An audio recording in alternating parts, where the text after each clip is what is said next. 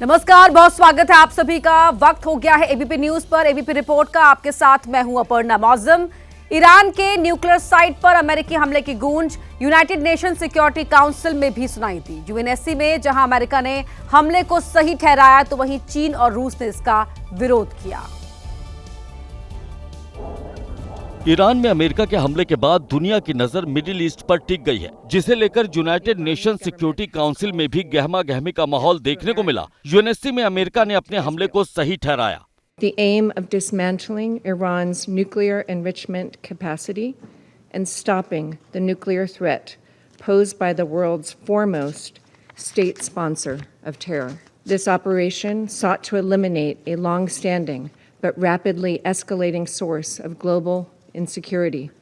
UNSC में America ने जहां हमले को सही ठहराया तो वहीं चीन और रूस ने इसकी निंदा की। चीन की ओर से यूएनएससी में कहा गया, 攻击接受国际原子能机构保障监督的核设施，美方此举严重违反联合国宪章宗旨和原则以及国际法，侵犯伊朗的主权、安全和领土完整。 संयुक्त राष्ट्र के महासचिव एंटोनियो गुटेरेस ने भी मामले पर बयान दिया और अमेरिकी हमले पर सवाल उठाए। Instead, the bombing of Iranian nuclear facilities by the United States marks a perilous turn in a region that is already reeling. From the outset of the crisis, और इस वक्त की बड़ी खबर आपको बता रहे हैं। अमेरिकी हमले को लेकर ईरान ने बड़ा बयान दिया है और कहा है कि हमारा संवर्धित यूरेनियम सुरक्षित है। अमेरिकी हमले को लेकर ईरान का ये बड़ा बयान खामेनेई के सलाहकार ने दिया है कि खेल अभी खत्म नहीं हुआ है और जो न्यूक्लियर साइट पर हमला अमेरिकी सेना की ओर से किया गया था उसमें संवर्धित यूरेनियम को सुरक्षित बताया है। ईरान पहले से ही कह रहा था कि उसने पहले ही हमले के मद्देनजर वहां से अपना पूरा स्टॉक हटा लिया था और अब ईरान ने यह बयान दिया है कि ईरान का संवर्धित यूरेनियम सुरक्षित है। ये खामेनेई के सलाहकार की ओर से बयान दिया गया है। ईरान के सुप्रीम लीडर खामेनेई, उनके सलाहकार का बयान कि खेल अभी खत्म नहीं हुआ है। इस वक्त की ये बड़ी खबर आपको बता रहे हैं।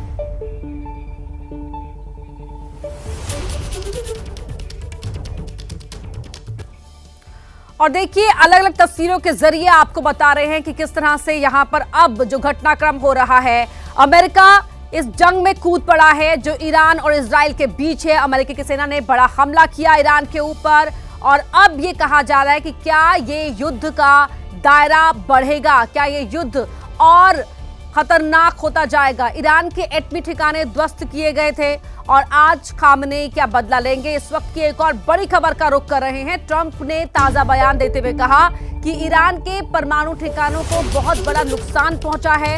हमले जो अमेरिका की सेना की ओर से किए गए बहुत ही सटीक और बहुत जोरदार थे। इस वक्त की बड़ी खबर, 3 न्यूक्लियर साइट्स पर अमेरिका की मिलिट्री ने यह हमले किए थे जो बहुत ही प्रिसाइज थे और बहुत जोरदार हमले किए गए थे। ये कहना है अमेरिका के राष्ट्रपति डोनाल्ड ट्रंप का कि ईरान के जो परमाणु ठिकाने हैं, ईरान का न्यूक्लियर प्रोग्राम, उसे काफी नुकसान पहुंचा है क्योंकि ये हमले बहुत सटीक किए गए थे और बहुत जोरदार हमले थे।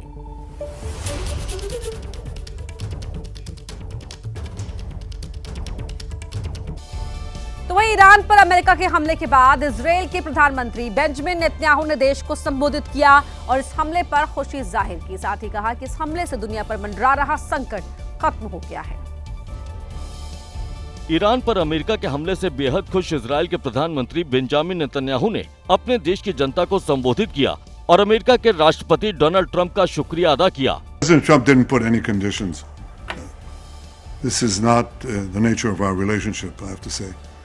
We speak openly, we speak as friends, genuine friends, and he's a great leader.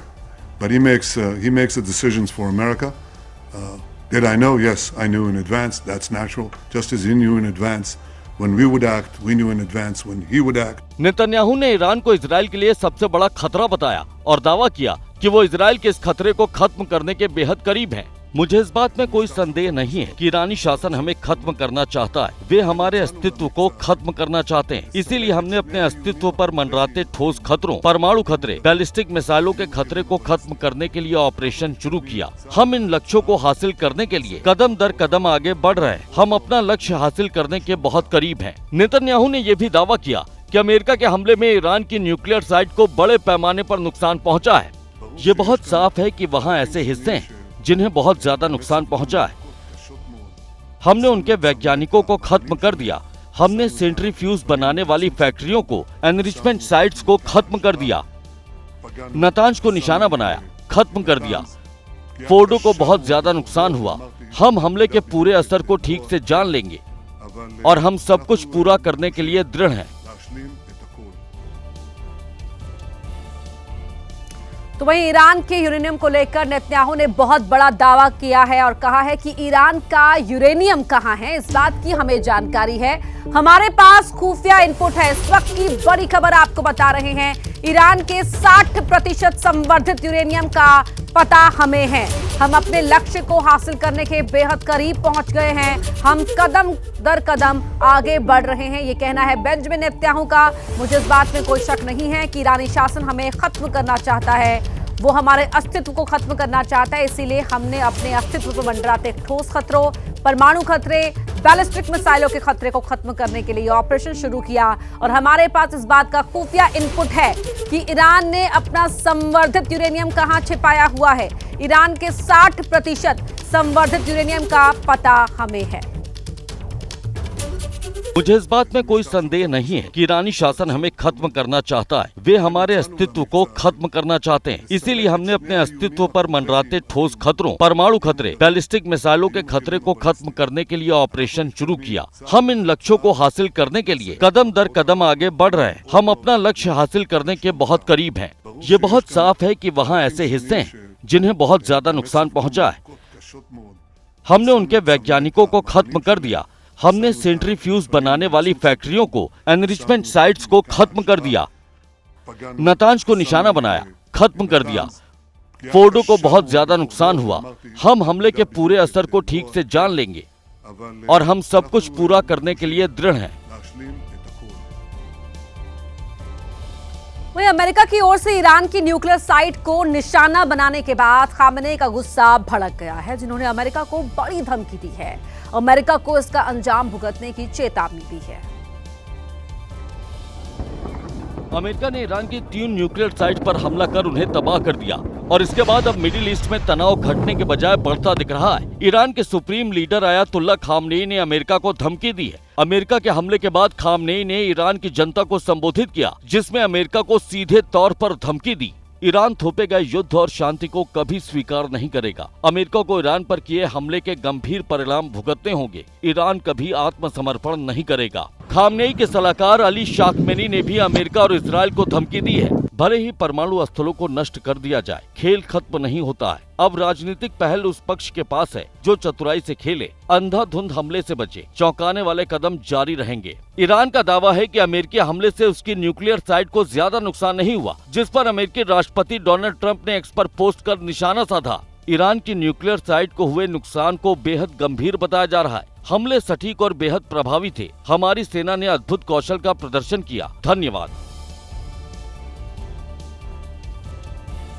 Iran ने अमेरिका के हमले के बाद अपनी मिसाइल का मुंह इजराइल की ओर मोड़ दिया है। इजराइल के करीब 14 शहरों पर ताबड़तोड़ मिसाइल हमले किए, जिससे इजराइल में बड़े पैमाने पर तबाही मची नजर आई।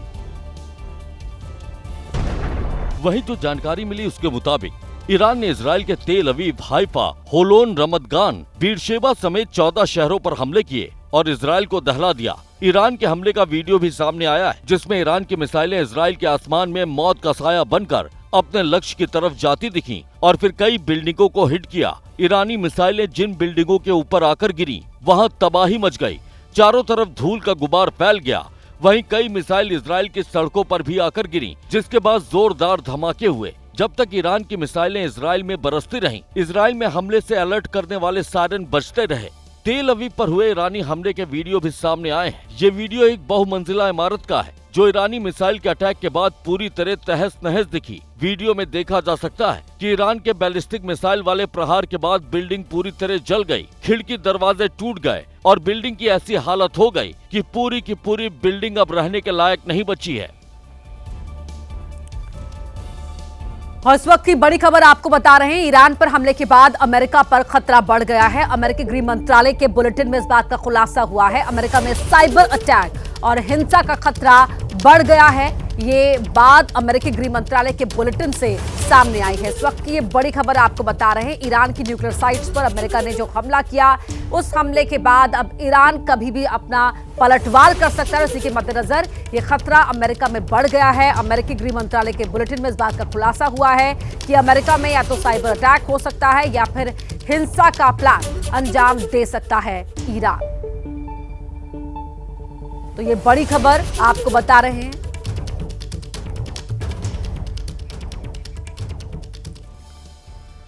वहीं ईरान ने जो इजराइल पर ताजा हमले किए, इन हमलों की तस्वीरें हैरान कर देने वाली हैं। बड़ी से बड़ी बिल्डिंग खंडहर बन चुकी है। तस्वीरें बताती हैं कि ईरान विध्वंसक हमले कर रहा है।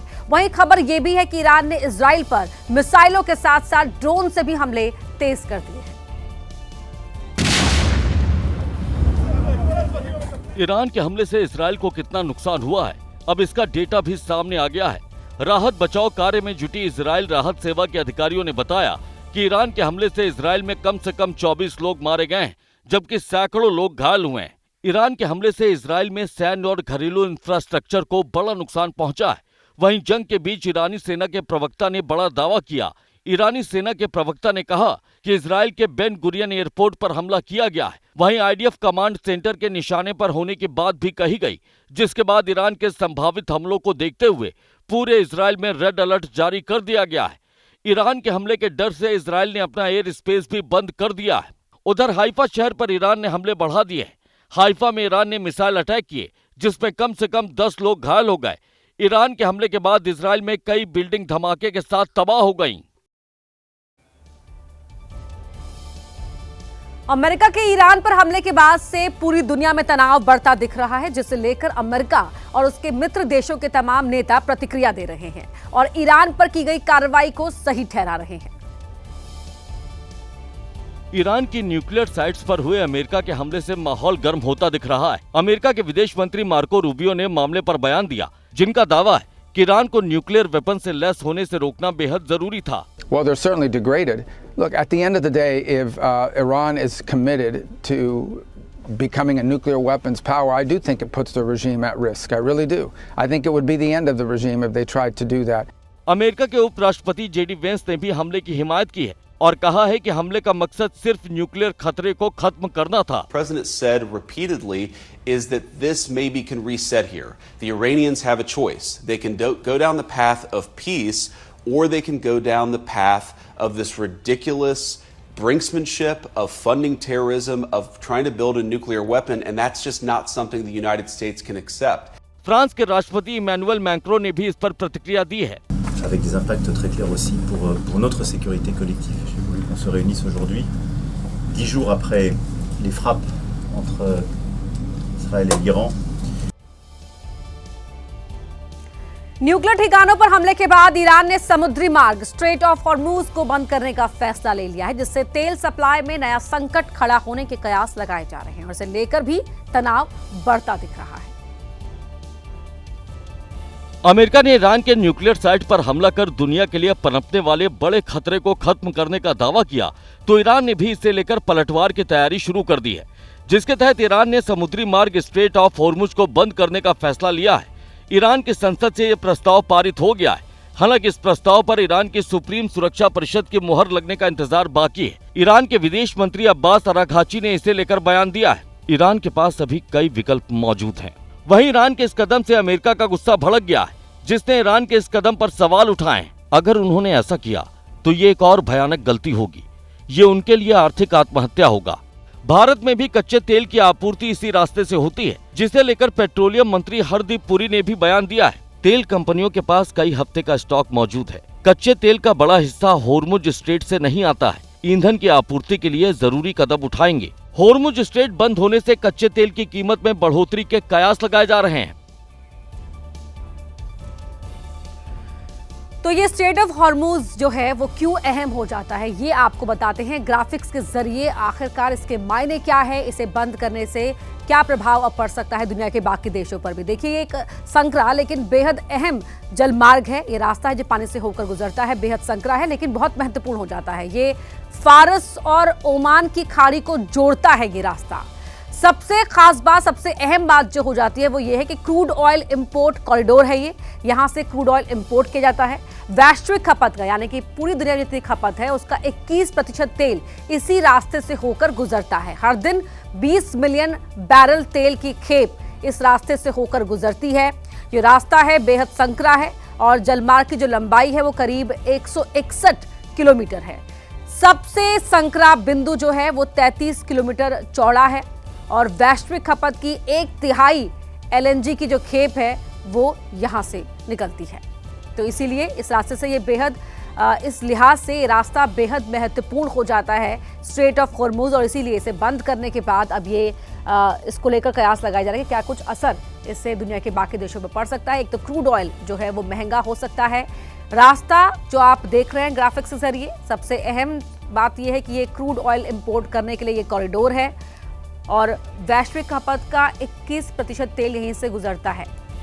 तो खाड़ी देशों से तेल और LNG सप्लाई में अब देरी हो सकती है। बंद करने का प्रस्ताव ईरान की पार्लियामेंट में पारित कर दिया गया है इससे, और ये हथियार की तरह अब ईरान स्ट्रेट ऑफ हॉर्मुज को इस्तेमाल कर रहा है। अब शिपिंग जो लागत बढ़ेगी तो दाम भी बढ़ेंगे। जाहिर सी बात है, इससे असर ये पड़ सकता है कि शिपिंग की लागत बढ़ेगी, दाम बढ़ेंगे। तेल और गैस की कीमतें अब बाकी देशों में भी बढ़ सकती हैं। हालांकि भारत का ये कहना है कि हम पर इसका कोई असर अभी फिलहाल नहीं पड़ने जा रहा है।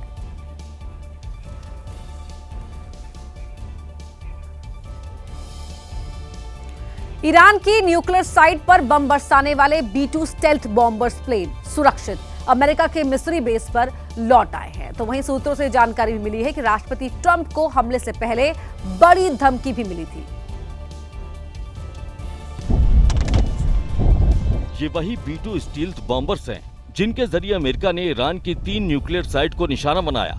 अमेरिका की कार्रवाई में शामिल सभी B-2 stealth bombers plane Missouri airbase पर सुरक्षित वापस लौट चुके हैं। वहीं B-2 स्टील्थ बॉम्बर्स की वापसी पर अमेरिका के राष्ट्रपति डोनाल्ड ट्रंप ने एक्स पर पोस्ट किया और अमेरिकी B-2 स्टील्थ बॉम्बर्स प्लेन के पायलट्स की तारीफ की। महान B-2 पायलट अभी मिसौरी में सुरक्षित उतर चुके हैं। शानदार काम के लिए धन्यवाद। एक और अमेरिका के B-2 स्टील्थ बॉम्बर्स प्लेन सुरक्षित वापस लौट आए, तो दूसरी ओर सूत्रों के हवाले से एक बड़ी जानकारी भी सामने आई है, जिसमें दावा किया गया है कि ईरान में हुए हमले से पहले अमेरिका के राष्ट्रपति डोनाल्ड ट्रंप को एक धमकी भरा संदेश भेजा गया था, जिसमें कहा गया था अगर अमेरिका ईरान पर हमला करता है तो ईरान अमेरिका के भीतर मौजूद अपने स्लीपर सेल को एक्टिव कर देगा।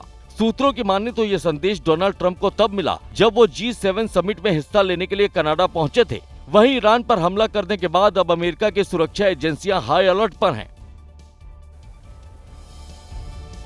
वहीं ईरान पर हमले को लेकर सूत्र एक बड़ा खुलासा कर रहे हैं कि हमले से पहले ईरान ने ट्रंप को एक संदेश भेजा था। सूत्रों के हवाले से बड़ी खबर आपको बता रहे हैं, ईरान ने ट्रंप को धमकी भरा संदेश भेजा था। आतंकियों के स्लीपर सेल एक्टिव करने की धमकी ईरान ने अमेरिका को दी थी और यह धमकी भरा संदेश ईरान की ओर से अमेरिका के राष्ट्रपति डोनाल्ड ट्रंप को भेजा गया था। और ईरान ने धमकी भरे संदेश में कहा था कि वो आतंकियों के स्लीपर सेल एक्टिव कर देगा, जिससे अमेरिका में बड़े पैमाने पर नुकसान हो सकता है। तो अमेरिकी सेना के इस हमले से पहले ईरान ने धमकी भरा संदेश अमेरिका के राष्ट्रपति डोनाल्ड ट्रंप को भेजा था और इस हमले के बाद भी ईरान के सुप्रीम लीडर ने कहा है कि अब अमेरिका को इसका अंजाम भुगतना होगा।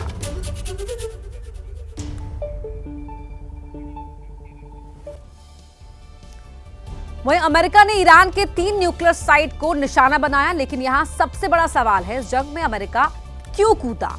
दरअसल अमेरिका और इजराइल का दावा है कि ईरान का इरादा परमाणु बम बनाने का था और इसके 3 प्रमुख न्यूक्लियर साइट पर यूरेनियम को संवर्धित करने का काम हो रहा था। 12-13 जून को इजराइल ने ईरान पर हमला बोला तो ईरान की अहम न्यूक्लियर साइट नतांज बारूदी धमाकों से धधक उठी। इस हमले के बाद भी इजराइल ने कई बार नतांज न्यूक्लियर सेंटर को निशाना बनाया। नतांज सेंटर पर इजराइल के बार बार हमलों के पीछे एक बड़ी वजह थी। नतांज एटॉमिक फैसिलिटी सेंटर वो ठिकाना जहां एडवांस सेंट्रीफ्यूज लगाए गए थे। इन सेंट्रीफ्यूज के जरिए यूरेनियम 235 की मात्रा बढ़ाई जा रही थी, यानी यूरेनियम संवर्धन की प्रक्रिया को वेपन ग्रेड यानी 90% तक पहुंचाने की प्रक्रिया हो रही थी।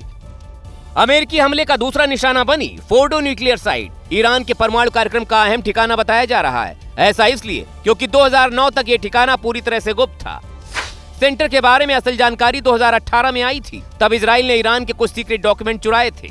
इन डॉक्यूमेंट में फोर्डो सेंटर में यूरेनियम को वेपन ग्रेड तक संवर्धित करने की जानकारी दर्ज थी। बताया जा रहा है कि प्लांट में यूरेनियम संवर्धन के लिए 2700 सेंट्रीफ्यूज लगाए गए थे। वहीं इस्फहान न्यूक्लियर सेंटर के बारे में जो जानकारी सामने आई है, उसके मुताबिक परमाणु साइट को कन्वर्जन सेंटर के रूप में विकसित किया गया। इस्फहान परमाणु केंद्र में यूरेनियम हेक्साफ्लोराइड तैयार किया जाता है, जो एक तरह का परमाणु ईंधन होता है। ये तीनों न्यूक्लियर साइट शुरुआत से ही इजराइल के निशाने पर थी, लेकिन कई बार हमला करने के बावजूद इजराइल को परमाणु ठिकानों को तबाह करने में कामयाबी नहीं मिली। ऐसे में अमेरिका ने हमला किया, जिसे इजरायली प्रधानमंत्री बेंजामिन नेतन्याहू ने इतिहास बदलने वाला करार दिया। भारत के समय के मुताबिक सुबह 4:30 बजे अमेरिकी विमान ईरान के आसमान में गरजे और फिर ईरान के तीनों परमाणु साइट नतांज, फोर्डो और इस्फहान धमाकों से गूंज उठे।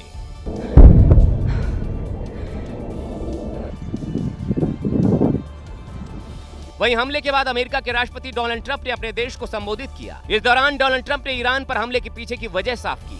For 40 years, Iran has been saying death to America, death to Israel. They have been killing our people, blowing off their arms, blowing off their legs with roadside bombs. That was their specialty. वहीं America के action को Israeli प्रधानमंत्री Benjamin Netanyahu ने शांति की कोशिश का नाम दिया। His leadership today has created a pivot of history that can help lead the Middle East and beyond to a future of prosperity and peace. America और इजराइल का दावा है कि ईरान का परमाणु कार्यक्रम दुनिया के लिए खतरा बन रहा था। ऐसे में कार्रवाई जरूरी थी। अमेरिका की एंट्री से इजराइल और ईरान के बीच छिड़ा युद्ध बेहद खतरनाक मोड़ पर पहुंच गया है। अमेरिका की एंट्री से विश्व युद्ध की घंटी बज गई है, क्योंकि अब तक जो ईरान सिर्फ इजराइल के खिलाफ बारूद बरसा रहा था, उस ईरान के दिल में अब अमेरिका से प्रतिशोध, बदले की आग धधक रही है। अमेरिका ने मिडनाइट हैमर नाम का ऑपरेशन चलाकर ईरान के नतांज, फोर्डो और इस्फहान परमाणु ठिकानों को निशाना बनाया और तबाह करने का दावा किया, जिसके बाद ईरान ने भी अमेरिका को जोरदार बारूदी जवाब देने का ऐलान कर दिया है। और अब पूरी दुनिया के सामने सिर्फ एक सवाल है, क्या अमेरिका के युद्ध में एंट्री के बाद वर्ल्ड वॉर 3 की घंटी बज गई है? क्योंकि रूस और चीन ईरान के साथ खड़े हैं, तो क्या ये दोनों देश भी युद्ध में कूदेंगे? तो वहीं इस बीच इजराइल और ईरान के बीच जंग को लेकर एक और बड़ी खबर आपको बता दें। बड़ी खबर यह है कि आज ईरान के विदेश मंत्री मॉस्को जाएंगे और रूस के राष्ट्रपति पुतिन से मुलाकात करेंगे। इस वक्त की ये बड़ी खबर आपको बता रहे हैं। व्लादिमीर पुतिन से मुलाकात करेंगे ईरान के विदेश मंत्री। और इजराइल और ईरान के जंग में अमेरिका की एंट्री के बाद ये मुलाकात बेहद अहम हो जाती है, क्योंकि इससे पहले रशिया जहां ईरान को अपना समर्थन देने की बात कर चुका है, अब खुलकर वो सामने आता है। अमेरिका के हमले को लेकर उसकी प्रतिक्रिया क्या रहती है, किस तरह से ये दोनों ही देशों के बीच आज बातचीत होती है, इस पर सभी की निगाहें बनी हुई हैं। तो आज पुतिन से मुलाकात करेंगे ईरान के विदेश मंत्री। ईरान के विदेश मंत्री आज मॉस्को पहुंचेंगे।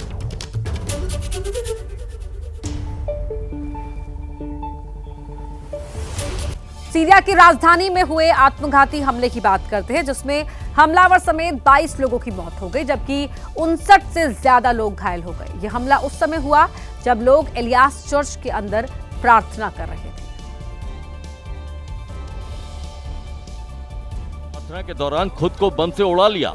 दशमिक के द्वैला इलाके में विस्फोट उस वक्त हुआ जब 350 से ज्यादा एलियास चर्च के अंदर प्रार्थना कर रहे थे। हताहतों में बच्चे भी शामिल हैं। यह हमला वहां हुआ जिसे सीरियाई शासन का सबसे सुरक्षित जोन माना जाता है।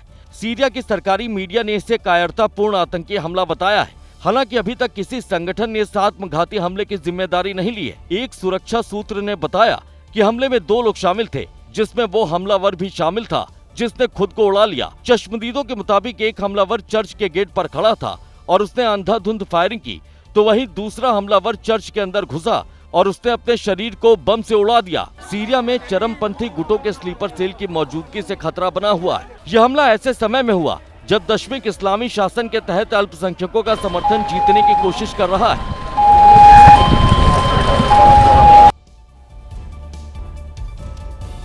और अब खबरों में आगे बढ़ते हैं। मानसून की पहली बारिश ने यूपी के महोबा में प्रशासन की व्यवस्था की पोल खोल कर रख दी, जहां जिला अस्पताल समेत कई इलाकों में पानी भर जाने से लोगों को खासी मुश्किलों का सामना करना पड़ा है। महोबा में मानसून की पहली बारिश लोगों के लिए आफत का सबब बन गई। मानसून की दस्तक पर ही प्रशासन के सारे इंतजामों की पोल खुल गई। पहली बारिश में ही प्रशासन के सारे इंतजाम फेल साबित दिखे। जिला अस्पताल में जलभराव से हालात खराब हो गए। जगह जगह पानी भरने से मरीजों के साथ साथ डॉक्टर्स और मेडिकल स्टाफ को भी आने जाने में मुश्किल का सामना करना पड़ रहा है।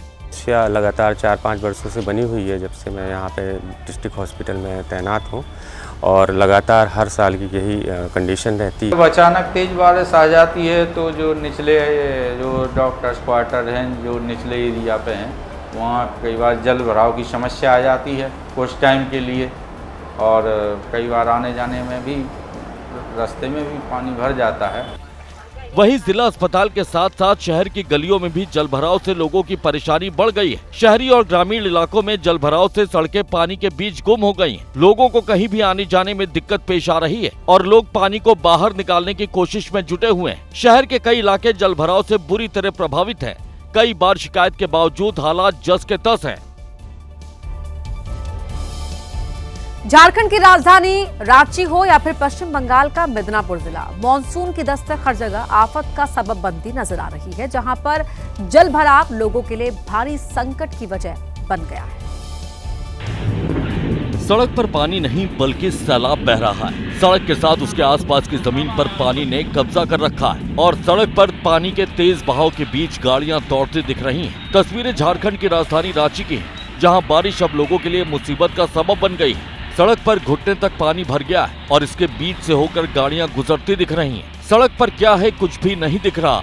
ऐसे में गाड़ी चलाना हादसे की वजह भी बन सकता है। वहीं पश्चिम बंगाल के पश्चिमी मिदनापुर जिले में बाढ़ जैसे हालात दिख रहे हैं। सड़कें समंदर में तब्दील हो चुकी हैं।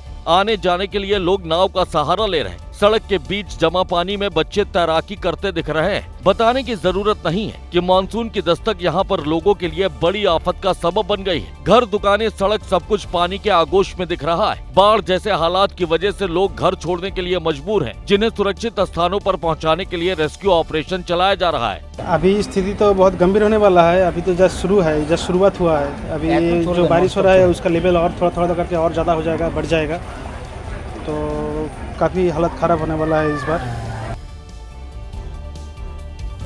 राजस्थान के टोंक में भी बारिश के बाद हालात खराब नजर आ रहे हैं, तो मध्य प्रदेश की राजधानी भोपाल में भी तेज बारिश की वजह से हालात अस्त व्यस्त दिख रहे हैं। राजस्थान के टोंक में भी मानसून की पहली बारिश के बाद हालात खराब दिख रहे हैं। गांव की सड़कों पर पानी की वजह से कीचड़ जमा हो गया और लोग इसके बीच से गुजरते दिख रहे हैं। लोगों का कहना है कि पक्की सड़क नहीं होने की वजह से हर साल उन्हें इस परेशानी से दो चार होना पड़ता है। तेज बरसात होती है, घरों में पानी घुस जाता है, इतना भर जाता है कि बच्चे सब कहीं बिना स्कूल जा सकते, ना कहीं जा सकते, इमरजेंसी भी कुछ हो जाए ले आ नहीं सकते। मध्य प्रदेश की राजधानी भोपाल में भी मानसून ने दस्तक दी, जहां तेज बारिश की वजह से पूरा शहर ही पानी में सराबोर दिखा। तेज बारिश की वजह से इलाके में कई जगह जलभराव का संकट भी मंडराने लगा है। बारिश की वजह से भोपाल की सड़कें पानी पानी दिखी और ट्रैफिक की रफ्तार पर भी ब्रेक लगा दिखा। मौसम वैज्ञानिकों की माने तो अभी भोपाल समेत मध्य प्रदेश के कई जिलों में तेज बारिश होने की संभावना है, यानी आने वाले वक्त में मुश्किल और बढ़ सकती है। तो कुल मिला के देखा जाए तो जो northern and north east parts हैं उसके अंदर वर्षा की गतिविधि अभी जो है वो तेज ढंग से चल रही है और जो है वो काफ़ी जिलों के अंदर जो है वो हैवी रेनफॉल के दर्ज होने की संभावना आज और कल भी बनी रहेगी। मॉनसून की दस्तक देश में कई जगह राहत तो कई जगह आफत का सबब बनती नजर आ रही है। तेज बारिश गर्मी से राहत दिलाने के साथ साथ लोगों की मुश्किलें भी बढ़ा रही है। जल भराव लोगों के लिए मुसीबत बन चुका है। तस्वीरें गुजरात के जूनागढ़ की, जहां तेज बारिश के बाद सड़क पर सैलाब उमड़ता दिख रहा है। जल भराव की वजह से एक टेम्पो बीच रास्ते में फंसा दिख रहा है, जो मलबे की वजह से बीच में फंस गया, वरना पानी का तेज बहाव इसे अपने साथ बहा ले जाता। वहीं कुछ स्थानीय लोगों ने इस टेम्पो को बाहर निकालने की कोशिश की, हालांकि पानी के तेज बहाव की वजह से उनकी कोशिश नाकाम साबित हुई। काफी देर तक ये लोग टेम्पो को सड़क पर बह रहे पानी के बीच से निकालने की कोशिश करते दिखे। तमिलनाडु के कृष्णागिरी में भी मौसम ने करवट ली। तेज हवा चलने के साथ तेज बारिश हुई। कुछ ही देर में पूरा शहर पानी में सराबोर दिखा। गर्मी से राहत दिलाने वाली इस बारिश के बीच कुछ गाड़ियां भी चलती दिखी। हालांकि तेज बारिश की वजह से ज्यादातर इलाकों में सन्नाटा पसरा दिखाई दिया। जम्मू कश्मीर के रामबन में भी बारिश की वजह से तापमान नीचे लुढ़क गया। तेज बारिश की वजह से इलाके में हर तरफ पानी ही पानी नजर आया। रामबन में हुई तेज बारिश के बाद कई इलाकों में जल भराव का खतरा भी मंडरा रहा है। और अब खबर बिहार से, जहां विधानसभा चुनाव में अभी कुछ महीने बाकी हैं, लेकिन उससे पहले सियासी बयानबाजी चरम पर है। तेजस्वी यादव ने बिहार की डबल इंजन सरकार और प्रधानमंत्री मोदी पर हमला बोला है। तेजस्वी ने एक इंटरव्यू में पीएम मोदी पर झूठ बोलने का आरोप लगाया तो नीतीश कुमार पर भी करारा हमला बोला। नीतीश कुमार के फिर से महागठबंधन में वापसी की गुंजाइश को नकारते हुए तेजस्वी ने कहा कि अब वो बोझ बन गए हैं। तो उन्होंने 2 बार गलती कर ली, अब तो माफी बनती नहीं।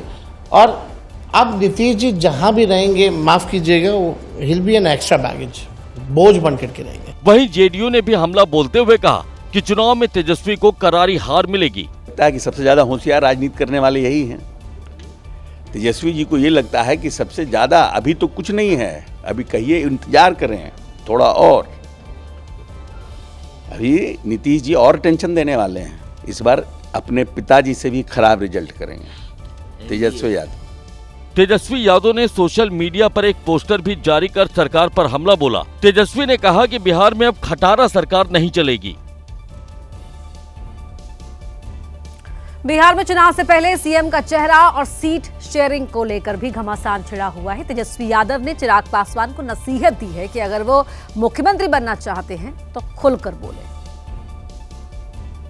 महागठबंधन में सीएम के चेहरे को लेकर घमासान जारी है, लेकिन तेजस्वी यादव अपने गठबंधन के मुद्दों को आंतरिक मामला बता रहे हैं और एनडीए को लेकर सवाल जरूर खड़े कर रहे हैं। मांझी जी ने चिराग के बारे में कल क्या कहा, या चिराग जी ने मांझी जी के बारे में क्या कहा, उपेंद्र कुशवाहा ने क्या कहा, इन लोगों में तो हमको नहीं लग रहा कि ऑल इज वेल। हमारे यहाँ तो ऐसी कोई बात नहीं है। तेजस्वी के बयान पर एनडीए के नेताओं ने पलटवार किया। ना कि तेजस्वी यादव जैसे सरीखे जो कि बिहार में रह के ही बिहार को बरगलाते हैं और बिहार को लूटने का काम करते हैं।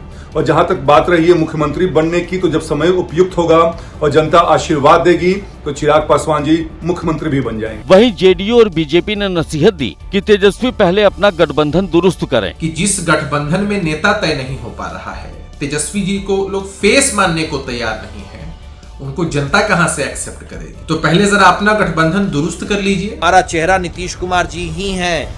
तेजस्वी जी, बेहतर है कि आप अपने गठबंधन की चिंता करें। बिहार में विधानसभा चुनाव से पहले चुनाव आयोग ने बड़ा फैसला लिया है। घर घर जाकर वोटर आई कार्ड की जांच करेगी चुनाव आयोग की टीम। इससे पहले साल 2004 में भी ऐसी ही जांच हुई थी। बिहार में इसी साल के आखिर में विधानसभा चुनाव होने हैं। उससे पहले चुनाव आयोग ने बड़ा फैसला लिया है। आयोग ने मतदाता सूची में संशोधन के दौरान घर घर जाकर सत्यापन की योजना बनाई है। मतदाता सूची में ज्यादा सटीकता के लिए चुनाव आयोग ने ये योजना बनाई है। चुनाव आयोग ने ये फैसला इसलिए लिया है क्योंकि कई संस्था और दल वोटर लिस्ट पर सवाल उठा रहे हैं। वोटर लिस्ट में नाम जोड़ने और हटाने पर सवाल उठ रहे हैं। आंकड़ों में हेराफेरी के आरोप लग रहे हैं। मतदाता सूची बनाने में मनमानी के आरोप लगे हैं। चुनाव आयोग के फैसले पर आरजेडी ने कहा कि आयोग को निष्पक्ष होकर काम करना चाहिए। ये देखा गया है कि फर्जी तरीके से मतदाता सूची में नाम दे दिया जाता है। इसका ध्यान रखना चाहिए, निष्पक्ष तरीके से चुनाव कराया जाना चाहिए। बीजेपी ने भी चुनाव आयोग के फैसले का स्वागत किया है। घर घर जाकर जांच से फर्जी वोटरों की पहचान कर चुनावी प्रक्रिया को और पारदर्शी व विश्वसनीय बनाया जाएगा। भाजपा सदैव स्वच्छ, निष्पक्ष और जन विश्वास से जुड़ी चुनाव प्रणाली की पक्षधर रही है और इस निर्णय का पूरा समर्थन करती है। वहीं यूपी के कानपुर में दारोगा की हैरान करने वाली करतूत सामने आई है, जिसने मुखबिरी करके एक अपराधी को भगा दिया। लेकिन कानून के साथ दारोगा की दगाबाजी सीसीटीवी कैमरे में रिकॉर्ड हो गई। वीडियो में देखा जा सकता है कि आरोपी एक बाइक सवार के पास सूटकेस के साथ खड़ा हुआ है। तभी बाइक से चौकी इंचार्ज और कांस्टेबल पहुंचते हैं। आरोपी हाथ उठाकर उनसे दुआ सलाम करता है। चौकी इंचार्ज उसके पीछे से बाइक लेकर गुजरता है और दबिश के बारे में आगाह कर देता है। आरोपी फौरन अपना सूटकेस उठाता है और दोनों पुलिस वालों के सामने ही वहां से भाग जाता है। मामला नवाबगंज इलाके का है। आरोपी का नाम अनूप शुक्ला है। उसके जाने के बाद चौकी इंचार्ज भी मुस्कुराते हुए वहां से निकल जाता है। चंद सेकंड बाद ही आरोपी को पकड़ने के लिए निकली टीम वहां पर पहुंच जाती है। आरोपी चौकी इंचार्ज और कांस्टेबल भी आते हैं और टीम के साथ मिलकर दबिश का नाटक करते हैं। एक्यूज वहां से भागा है और उसमें जो सब इंस्पेक्टर और कांस्टेबल है उनकी प्राइमा फेसाई संदिग्धता प्रतीत हुई है, जिसके आधार पर इनको दोनों को तत्काल प्रभाव से निलंबित किया गया है मेरे द्वारा और इस पूरे प्रकरण में FIR पंजीकृत करके आगे की कार्रवाई के लिए थाना प्रभारी और ACP कर्नलगंज को निर्देशित कर दिया गया। अब खबर मध्य प्रदेश के रतलाम से, जहां आम से लदा एक ट्रक बेकाबू होकर पलट गया, जिसके बाद वहां लोगों में आम लूटने की होड़ मच गई। ले लो भाई ले लो, मुफ्त के आम ले लो, पैसे नहीं लगेंगे, सिर्फ लूटना है। और लोग आम लूटने लगे। किसी ने गाड़ी रोक कर लूट की तो कोई सड़क पर चलते चलते अपना काम रोककर आम लूटने में मस्त हो गया। कुछ ऐसा ही नजारा था रतलाम में, जहां सड़क हादसे के बाद आम की पेटियां लूटने की होड़ मच गई। रतलाम के सैलाना कस्बे के पास आम की पेटियों से भरा एक ट्रक बेकाबू होकर पलट गया। ये ट्रक तमिलनाडु से बांसवाड़ा जा रहा था। इस हादसे में ट्रक में रखी आम की पेटियां रोड पर बिखर गई, जिसे लूटने के लिए होड़ मच गई। आसपास के लोगों सहित वहां से गुजर रहे लोग गाड़ियां रोककर आम लूटने लगे। कोई पूरी की पूरी पेटी लेकर भागने लगा तो कुछ झोले में भरने लगे, तो कुछ ऐसे थे जिनके हाथ खाली थे, लेकिन वो जितना दोनों हाथों से उठा सकते थे उन्होंने आम उठाया और चलते बने। आम की लूट का ये वीडियो अब सोशल मीडिया पर वायरल है। घटना की जानकारी मिलने पर पुलिस ने मौके पर पहुंचकर आम की लूट को रोका और ट्रक ड्राइवर को अस्पताल में भर्ती करवाया।